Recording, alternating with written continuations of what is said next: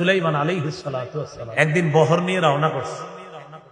বহরের মধ্যে কে আছে? জিন আছে, ইনসান আছে, বাকি আছে। বিশাল বড় বাহিনী নিয়ে রওনা করছে। বাতাস বাহিনী নিয়ে যাইতেছে। এক এলাকায় গিয়ে নামবে, নামাজের সময় হয়েছে, সেখানে সালাত আদায় করবেন। কোন তাফসীর কারকের অভিমত, সুলাইমান নবীর শরীয়তে যেভাবে নামাজ ছিল সেটাই। তো এক জায়গায় নামছে, সেটা ছিল পিঁপড়ার এলাকা। বলেন কিসের এলাকা? কোন তাফসীর কারকের অভিমত, তিনি কোন কারণে ওই এলাকা দিয়ে যাইতেছিলেন, তো পিঁপড়ার এলাকায় তিনি নামছে। পিঁপড়া ছোট্ট একটা প্রাণী, এদেরকে আমরা দেখি না, মাঝে মাঝে আমাদের পায়ের নিচে পদপিষ্ট হয়ে তারা মারা যায় আমাদের অজান্তে। আমরা ইচ্ছা করে মারি না, অজান্তে হয়তো অনেক সময় পদপিষ্ট হয়ে মারা যায়। এখন ওই যে পিঁপড়ার এলাকায় গেছে, পিঁপড়ার রানী দল বলকে ডাক দিছে, এই পিঁপড়া সম্প্রদায় তাড়াতাড়ি গর্তে ঢুকো, সুলাইমান নবী আইছে বিশাল বড় বাহিনী নিয়ে। আল্লাহ জানে, না জানি না যাই না, আমাদের কি পিষে ফেলতে পারে, যেন পিষে ফেলতে না পারে, তাড়াতাড়ি গর্তে ঢুকো, গর্তে ঢুকো। সুবহানাল্লাহ, এই কথাটা আল্লাহ কোরআনে বলছে।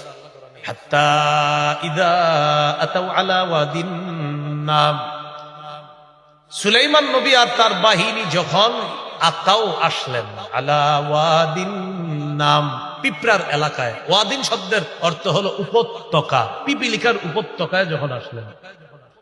قالت نملة يا أيها النمل ادخلوا مساكنكم, পিঁপড়ার রানী বললেন, হে পিঁপড়া সম্প্রদায়, তোমরা তোমাদের গর্তে প্রবেশ করো। লা ইয়াহতিমান্নাকুম সুলাইমান ওয়া জুনুদুহু ওয়া হুম লা ইয়াশউরুন, সুলাইমান নবী আর তার বাহিনী না জেনে যেন তোমাদেরকে পিষে না ফেলে, তাড়াতাড়ি গর্তে ঢুকো। পিঁপড়ার এই ভাষা সুলাইমান নবী বুঝতে পারলেন। ফাতাবাসসামা দাহিকাম মিন কাওলিহা, পিঁপড়ার ভাষা সুলাইমান নবী বুঝে গেলেন, একটা মুস্কি হাসি দিলেন। কেন হাসলেন? যে পিঁপড়ার ভাষা উনি বুঝছেন। এবার মূল জায়গাটা আপনাদেরকে শোনাই, যেটা বলার জন্য আমি লম্বা ঘটনাটা টানলাম। সুলাইমান নবী পিঁপড়ার ভাষা বুঝে একটা মুস্কি হাসি দিলেন, আর কি বললেন দেখেন। وقال ربي أوزعني أن أشكر نعمتك التي أنعمت علي, আল্লাহ আমাকে তৌফিক দান করেন, এই যে নিয়ামত দান করলেন।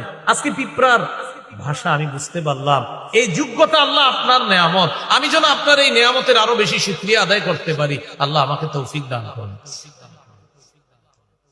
তাহলে ক্ষমতা পায়া কি হইল? উনি বেশি আল্লাহরে স্মরণ করা শুরু করলো।